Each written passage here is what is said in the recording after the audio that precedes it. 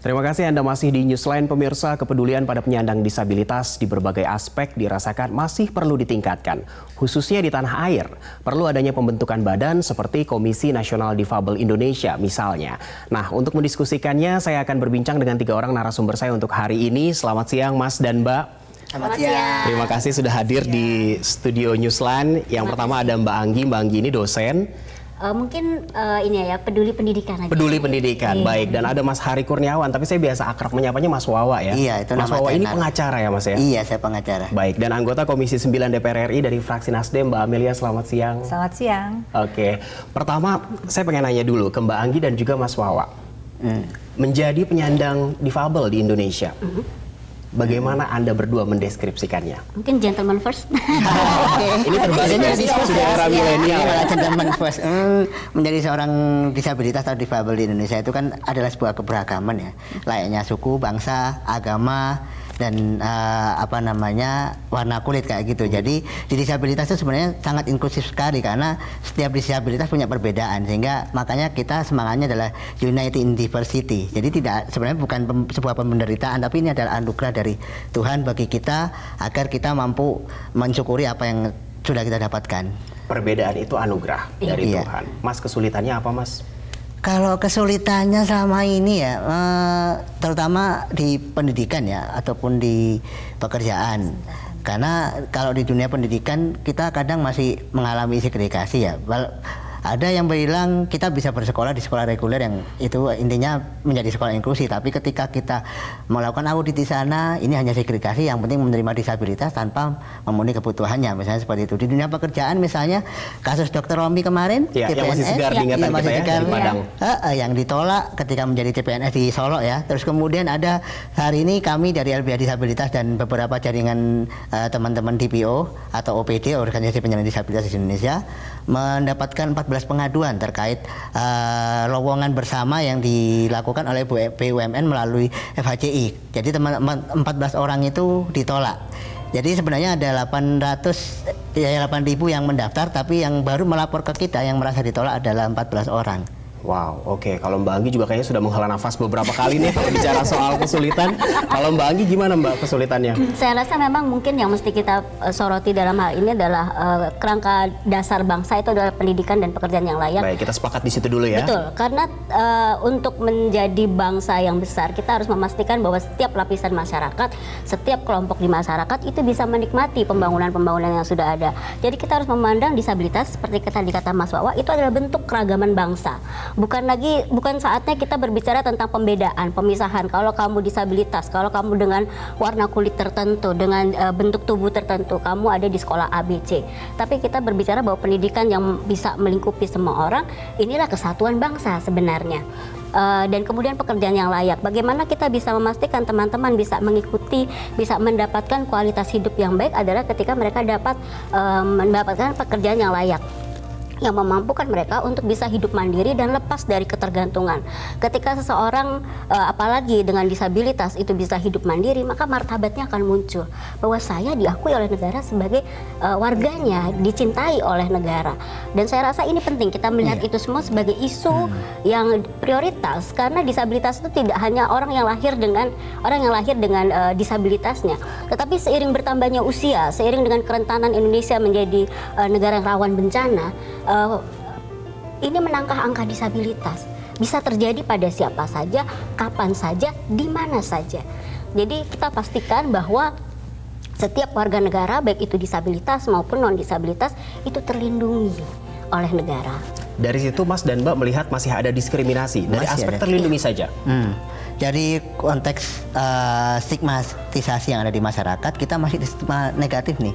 Kita dianggap orang yang kurang mampu, kita anggap orang yang mungkin tidak berguna, orang yang hanya menyusahkan orang lain, terus penyakitan, sehingga konteks ini kan bertahun-tahun kemudian memunculkan medical model nih, bahwa kita ya orang sakit gitu loh. Padahal hari ini kita bukan orang sakit. Kalau saya sakit nggak mungkin saya ke Metro TV dong. Saya nggak mungkin duduk di sini. Mendingan saya tidur di rumah kan gitu. Itu makanya harus dibedakan antara disabilitas dengan orang sakit kan gitu. Oke, baik. Mas Mbak, sebelumnya kita bicara dulu soal data WHO, Organisasi Kesehatan Dunia, yang ternyata menurut WHO, organisasi yang ada di bawah PBB ini, bahwa di setiap negara di dunia setidaknya ada hampir 10% orang penyandang disabilitas dari total populasi mereka. Lalu bicara di tanah air, bagaimana data dan angkanya? Kita lihat dulu. World Health Organization atau WHO yang merupakan organisasi kesehatan dunia menyebut jumlah penyandang disabilitas di sebuah negara bisa mencapai lebih dari 10%. Sedangkan di Indonesia, jumlah penyandang disabilitas diestimasikan berada pada kisaran 12,15% dari total populasi Indonesia yang mencapai 264 juta jiwa. 10,29% masuk dalam kategori sedang, sedangkan 1,87% diantaranya kategori berat. Yang mencengangkan adalah hampir 50% penyandang disabilitas di tanah air, tepatnya 45,74%, tidak pernah atau bahkan tidak lulus sekolah dasar dengan berbagai faktor. Dan masih berkorelasi dengan pendidikan, 80% penyandang disabilitas di Indonesia ternyata hidup di bawah garis kemiskinan.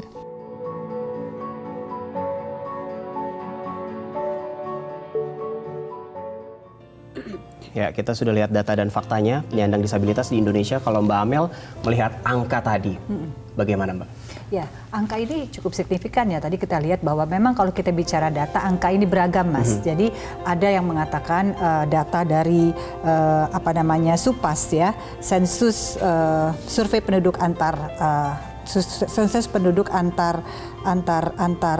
wilayah begitu mengatakan bahwa jumlah disabilitas penyandang disabilitas itu adalah 8,56% atau setara dengan 26,5 juta jiwa dari total populasi kita sebanyak 264 juta jiwa begitu ya. Jadi ini angka yang cukup besar juga sebetulnya. Jadi disinilah kenapa kita harus pemerintah harus mempunyai perhatian khusus kepada penyandang disabilitas ini karena komunitas ini cukup besar, jumlahnya cukup besar dan memang harus menjadi perhatian bersama sebagaimana negara-negara maju. Sangat banyak, betul. Untuk Indonesia termasuk sangat banyak. Baik, tadi kita terhenti sebelum kita melihat data fakta tadi, terhenti di aspek perlindungan hukum yang sama dari negara. Bahkan ternyata kita masih mendapatkan diskriminasi dari sesama anak bangsa. Mas Wawa nih sebagai pengacara, melihatnya regulasi kita bagaimana sekarang ini? Regulasi kita kalau dalam Undang-Undang Nomor 8 Tahun 2016 itu yang terbaru ya? Iya, itu sudah cukup bagus. Apalagi sekarang di regional ASEAN kan ada ASEAN Enabling Master Plan dan itu juga sebagai penguat dari Undang-Undang Nomor 8 Tahun 2016 sebenarnya. Karena ASEAN Enabling Master Plan juga semangatnya adalah dari semangat CRPD dan juga SDGs. Nah, artinya pelindungannya sudah tinggal bagaimana sih implementasinya di lapangan kan gitu. Apalagi kalau kita ngomong perlindungan hukum sampai hari ini kan juga banyak hal yang kadang saya sebagai advokat di lapangan itu miris ya, melihat teman-teman ternyata tidak mendapatkan keadilan. Bahkan misalnya dalam konteks pengampuan yang di KUH Perdata kita masih dianggap tidak cakap hukum. Nah, kebetulan juga beberapa kali saya lihat ada putusan-putusan pengadilan yang tidak adil buat teman-teman. Bahkan teman-teman tunarungu atau tuli ya, itu mereka diajukan pengampuan di pengadilan loh. Mereka kan masih bisa diajak ngomong, mereka masih punya kemampuan agar mereka tidak diampu. Bisa gitu. dikatakan pengadilan tidak mau repot begitu. Iya. Bahkan mereka nggak dihadirkan, kan lucu itu. Harusnya kan mereka dihadirkan. Oke, baik. Mbak, bicara soal Undang-Undang Nomor 8 Tahun 2016 yang ternyata sudah ada dasar hukumnya 3 tahun yang lalu. Disahkan sekitar bulan Maret atau April 2016 ya? 15 April 2016 disahkan Undang-Undang. Implementasinya seperti apa? Sudah 3 tahun berlalu. Implementasinya tentu saja menurut pandangan kami ya masih kurang maksimal ya. Memang harus kita akui bahwa ada pencapaian terhadap penyandang disabilitas berupa bentuk perlindungan, kemudian juga pemenuhan hak-hak dasarnya. Tetapi pelaksanaannya belum maksimal. Kenapa belum maksimal? Undang-Undang Nomor 8 Tahun 2016 tersebut mengamanahkan adanya peraturan turunan dari undang-undang tersebut berupa peraturan pemerintah ya. Peraturan pemerintah ini setelah 3 tahun disahkan di DPR ya, belum ada ya, masih dalam tahap pembahasan di pemerintah ya, lagi didiskusikan secara konstruktif. Seharusnya 2 tahun itu waktu yang cukup untuk mensinkronisasikan antar lembaga. Begitu, dan ini sudah 3 tahun. Nah, untuk itulah perlunya kita dalam hal ini DPR mendorong pemerintah untuk menyelesaikan peraturan pemerintah ini. Karena kalau tidak, bagaimana peraturan daerah juga akan terbentuk, PP-nya saja belum ada. Nah, kita lihat sekarang bahwa fakta hari ini dari 34 provinsi di Indonesia baru 9 provinsi yang mempunyai perda. Dan itu pun sebagian perdanya masih menggunakan undang-undang tahun 1997 ya Mas Wawa ya, kalau tidak salah. Undang-undang lama. Betul. Nah, kalau kita lihat dari kota ya, ada 97 kota di Indonesia, hanya 16 kota saja yang mempunyai perda penyandang disabilitas. Artinya belum semua fasilitas umum ya ramah terhadap penyandang disabilitas begitu. Seperti bandara, kalau bandara udara dipastikan sudah mempunyai ya stasiun kereta, rumah sakit, terminal bus. Yang masih banyak kita temukan belum ramah terhadap penyandang disabilitas. Oke, terkait dengan implementasi undang-undang penyandang disabilitas yang baru dan juga bagaimana daerah mengimplementasikannya. Betul. Saya akan tanyakan, tapi tetaplah di Newsline pemirsa karena jawabannya sesaat lagi.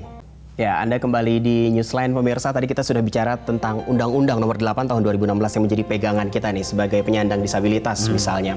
Mbak melihat isi dari undang-undang itu bagaimana? Sudah mindsetnya sudah tepatkah dari anggota-anggota DPR ini?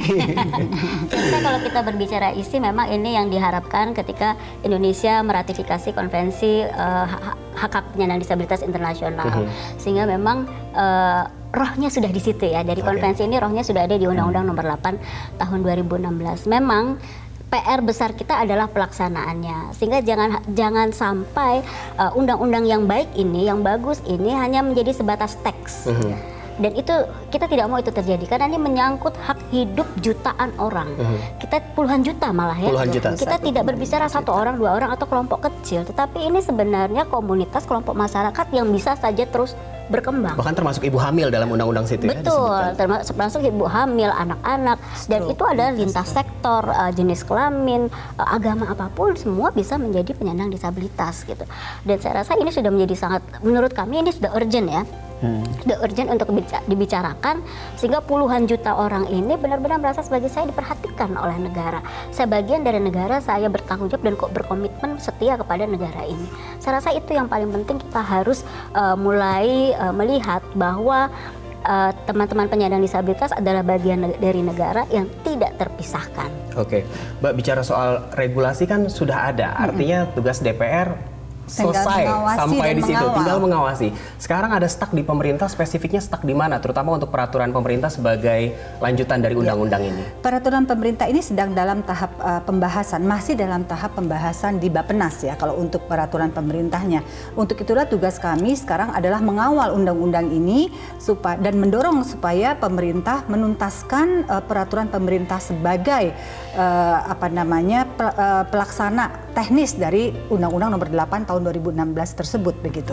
Oke, termasuk KNDI itu ya yang termasuk kita dorong KNDI, ya? Iya, karena bentuk penjabaran undang-undang tersebut ada di peraturan pemerintah tadi begitu. Jadi kalau PP-nya ini tidak cepat rampung, kemudian bagaimana bisa terimplementasi dengan baik di tataran pemerintahan daerah, pemerintahan provinsi begitu ya. Oke, Mbak, sebelum KNDI ini kan sebenarnya sudah ada PPDI sebelum Undang-Undang Nomor 8 Tahun 2016 ini. Sebenarnya yang akan membedakannya seperti apa dari implementasinya langsung di penyandang disabilitas antara PPDI dengan KN? Mohon maaf Mas, untuk PPDI itu kan organisasi disabilitas. PPDI itu organisasinya. Iya. Kalau KNDI ini kan sebagai alat kontrol dari implementasi undang-undang ini. Jadi nanti kalau misalnya ada baik pihak pemerintah maupun swasta yang melanggar, ini KNDI akan bertindak seperti Komnas HAM, seperti Komnas Perempuan. Dasar hukumnya lebih pasti. Iya. Oke. KNDI ini lebih kepada lembaga ya, lembaganya yang setara dengan kementerian, dan kami berharap nanti KNDI ini apabila nanti telah dibentuk dan disahkan oleh pemerintah akan berada langsung di bawah presiden. Karena apa? Agar pelaporan kemudian juga kontrol dan monitoringnya bisa langsung karena dia bersifat khusus. Dan ada aspek kekhususan ya, di ada sana, aspek itu yang harus kekhususan digarisbawahi. sebagaimana Komnas Perempuan, Komnas Perlindungan Anak, dan juga Komnas HAM. Nah, seperti itu, Mas. Mbak, kalau bicara soal anggota DPR sendiri, sebenarnya isu penyandang disabilitas ini termasuk isu yang seksi atau tidak sih, Mbak? Menurut saya isu yang seksi ya, sebagaimana kita ketahui dari data tadi bahwa jumlahnya 8,56% kalau data yang kami lihat dari ASUS tadi ya, dan sekitar 21,5 juta jiwa dari total populasi 264 juta jiwa di Indonesia penyandang disabilitas. Jadi kalau tidak kita mulai, kita tidak akan maju ya. Negara-negara maju seperti kita lihat, mengambil contoh negara-negara di Eropa sudah selesai dengan masalah disabilitas. Kenapa kita tidak, sebenarnya kita agak sedikit telat ya, tapi lebih baik sekarang daripada telat sama sekali, daripada tidak sama sekali. Dan kami akan terus dalam hal ini, saya berharap DPR sebagai lembaga pengawas begitu ya, dan lembaga legislasi terus mengawal undang-undang ini agar betul-betul implementasinya dapat dilaksanakan dan manfaatnya dapat dirasakan oleh penyandang disabilitas. Mungkin saya boleh tambahkan sedikit bahwa ketika kita berbicara teman-teman disabilitas dan undang-undang yang sudah melindungi kita berbicara peradaban. Karena sekali lagi bahwa kalau kita lihat kok itu kan negara maju, dia sudah saatnya memang memikirkan hal itu. Saya rasa ketika kita sebagai negara yang saat ini sedang gencar-gencarnya melakukan pembangunan, justru inilah saatnya kita memikirkan kelompok-kelompok masyarakat yang selama ini tidak dapat menikmati pembangunan karena tidak memiliki akses, termasuk penyandang disabilitas. Jadi kita benar-benar membangun peradaban yang lebih manusiawi dan lebih inklusif. Karena betul Undang-Undang Nomor 8 Tahun 2016 itu juga di situ menyebutkan dengan tegas bahwa penyandang disabilitas itu mempunyai kewajiban dan hak yang sama sebagai warga negara. Kewajiban ikut terlibat langsung di dalam pembangunan, kemudian haknya juga sama, hak hidup, hak mendapatkan pendidikan, kesehatan, kemudian juga hak untuk mendapatkan kesempatan bekerja yang sama dengan warga negara lainnya. Gitu. Oke, sekarang berarti kita tinggal tunggu pemerintah untuk penetapan peraturan pemerintah, terutama soal KNDI tadi ya. Komunikasinya dengan pemerintah sejauh ini bagaimana, Mbak? Terutama dari fraksi Nasdem sebagai koalisi. Fraksi Nasdem, untuk itu nanti kami dengan komisi kawan-kawan di Komisi 8 untuk lebih membuka komunikasi dengan kementerian terkait, kaitan dengan mendorong cepatnya peraturan pemerintah ini untuk segera direalisasikan begitu ya. Karena di dalam undang-undang tersebut sudah ditegaskan, sebetulnya sudah ditegaskan ya, karena kaitannya kan lintas sektoral juga, Mas, tidak hanya menjadi domain kementerian-kementerian tertentu saja. Di dalam mindset masyarakat kita, mungkin ada mindset birokrat, mungkin kalau masalah penyandang disabilitas ini domainnya Kemensos.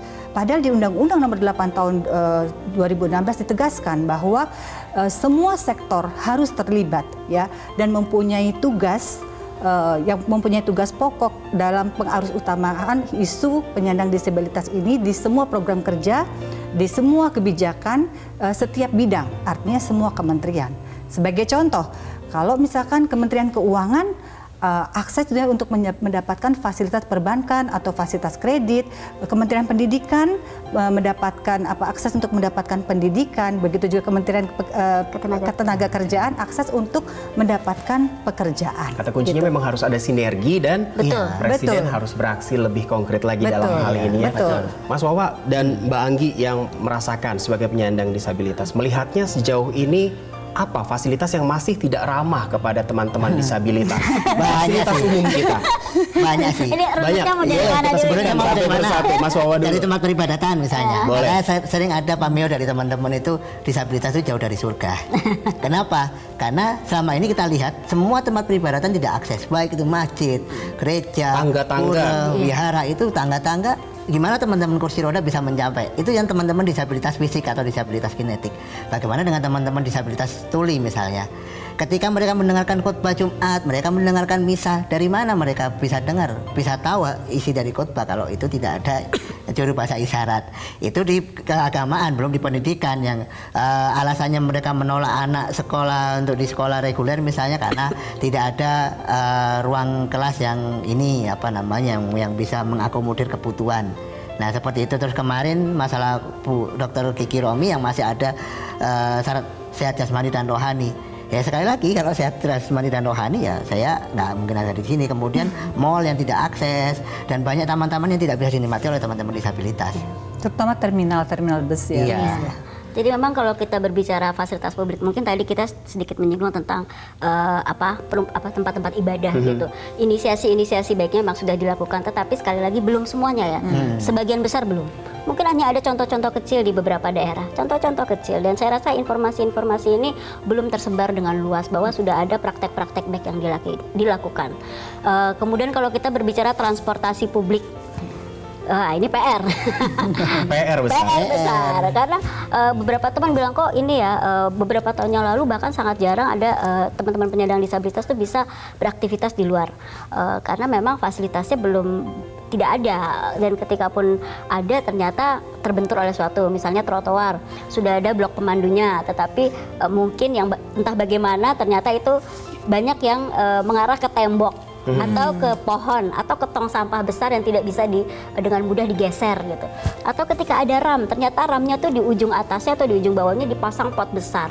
Lalu Intinya bagaimana? niatnya belum total mungkin. Padahal pembangunan aksesibilitas itu adalah investasi yang berharga di masa depan. Iya. Baik, Mas Wawa, kalau kita bandingkan dengan regional nih, negara-negara ASEAN lainnya, seperti apa? Mungkin Mas dan Mbak ada yang tahu. Kalau di regional ya, terus terang kita dalam hal pendidikan inklusi kalah dengan Vietnam. Vietnam Kita itu kalah pemerintah dengan sangat Vietnam. afirmatif, pemerintahnya bahkan sampai di desa-desa ada sekolah inklusi, bayangkan. Jadi mereka awalnya pakai GPK, guru pendamping khusus. Nah, GPK ini berfungsi hanyalah untuk mentransfer knowledge yang mereka dapatkan ketika mereka di PLB kepada guru-guru sekitarnya, guru-guru yang non PLB. Ketika udah ditransfer knowledge-nya, mereka akan meninggalkan sekolah itu. Guru-guru ini yang akan melakukan pengajaran dan melakukan proses belajar mengajar kepada teman-teman disabilitas, sehingga mereka tahu kebutuhan teman-teman disabilitas seperti apa. Bahkan sumber inklusinya jalan, di sini enggak. Saya pikir soal infrastruktur untuk penyandang disabilitas ini kita akan kalah dari Malaysia atau Singapura. Ternyata kita kalah dari Vietnam ya. Iya, betul. PR kita masih banyak. PR kita masih banyak. Baik, kan waktu itu 2010 di tingkat ASEAN juga sempat ada deklarasi Bali ya Mas ya, soal penyandang disabilitas. Padahal itu diselenggarakannya di Bali ya. Bali. Dan ternyata 9 tahun berlalu Ya, sampai faktanya hari ini seperti faktanya. itu. Bahkan untuk tanda tangan protokol opsional di CRPD pemerintah masih belum berani. Hanya Thailand yang berani. Baik, sebagai penutup Mbak Anggi ingin ada yang disampaikan harapannya? Harapannya adalah dengan pembangunan yang sedang gencar dilaksanakan saat ini, saya rasa sudah saatnya penyandang disabilitas juga turut dilibatkan sejak awal, sejak dalam perencanaan, sehingga benar-benar infrastruktur baik itu sumber daya manusia maupun fisik itu benar-benar bisa mendapat teman-teman disabilitas bisa mendapatkan akses Dari yang hulu ke hilir dilibatkan. betul, Itu yang belum. perencanaan, Baik. pelaksanaan hingga monitor hingga evaluasinya. Ini semua harus melibatkan teman-teman penyandang disabilitas, sehingga benar-benar kita namanya tuh no one left behind, tidak boleh ada lagi Itu yang tertinggal. Karena memang SDGs sendiri juga sudah baik itu secara tersirat maupun tersurat ada tentang inklusi disabilitas di situ. Jadi kalau kita melaksanakan SDGs sebenarnya kita sudah melaksanakan Baik. yang namanya inklusi itu. Mas Wawa? Kalau saya sih harapannya tidak muluk-muluk ya, nothing about us without us. Artinya apa? Artinya ketika kita membangun, mewujudkan, mempromosikan hak-hak penyandang disabilitas itu sama dengan membangun peradaban. Tapi itu tadi yang benar dikatakan Mbak Anggi bahwa semuanya harus dilibatkan mulai dari perencanaan, pelaksanaan sampai ke monitoring, termasuk di Undang-Undang Nomor 8 Tahun 2016 ini gitu. Oke, baik. Mbak Anggi, apa yang ingin disampaikan ke pemerintah, terutama soal 7 PP yang masih menggantung ini? Padahal regulator sudah bukan Anggi. bekerja. Ibu Amelia. Bu Amelia, saya sampai... Ya itu tadi, tentunya kami akan mendorong pemerintah untuk cepat menuntaskan peraturan pemerintah ini. Kalau tidak, maka berjalannya undang-undang ini pasti akan terkendala, begitu ya. Terkendala karena apa? Peraturan pelaksananya belum tuntas begitu. Jadi sekali lagi kami akan tentu saja mencari tahu kenapa kendalanya, handicapnya di mana sehingga ini belum rampung-rampung sudah 3 tahun. Itu tugas nanti setelah buka masa sidang kawan-kawan di Komisi 9 pasti akan Komisi 8 akan mendorong pemerintah untuk segera menuntaskan peraturan pemerintah ini gitu. Wah, ini saya pertanyaannya sebagai kalimat penutup, tapi saya masih penasaran soal KNDI. Jadi sifat dan level KNDI ini nanti harus seperti apa, Mbak? Ya, Agar bisa betul memberikan perlindungan. Betul. Sekali lagi sifatnya adalah kelembagaan, Mas ya, kelembagaan yang setara dengan kementerian. Jadi betul-betul sebagaimana Komnas HAM, Komnas Perlindungan Anak, begitu. Jadi aspek perlindungannya sebagai wadah untuk melindungi penyandang disabilitas, begitu. Oke, semoga Presiden Joko Widodo menonton tayangan Newsline hari ini sehingga bisa segera disahkan 7 peraturan itu. Mbak Anggi, terima kasih. Terima Mas kasih. Wawa, Mbak Amelia, terima kasih atas Terima waktunya kasih, di Mas. Newsline.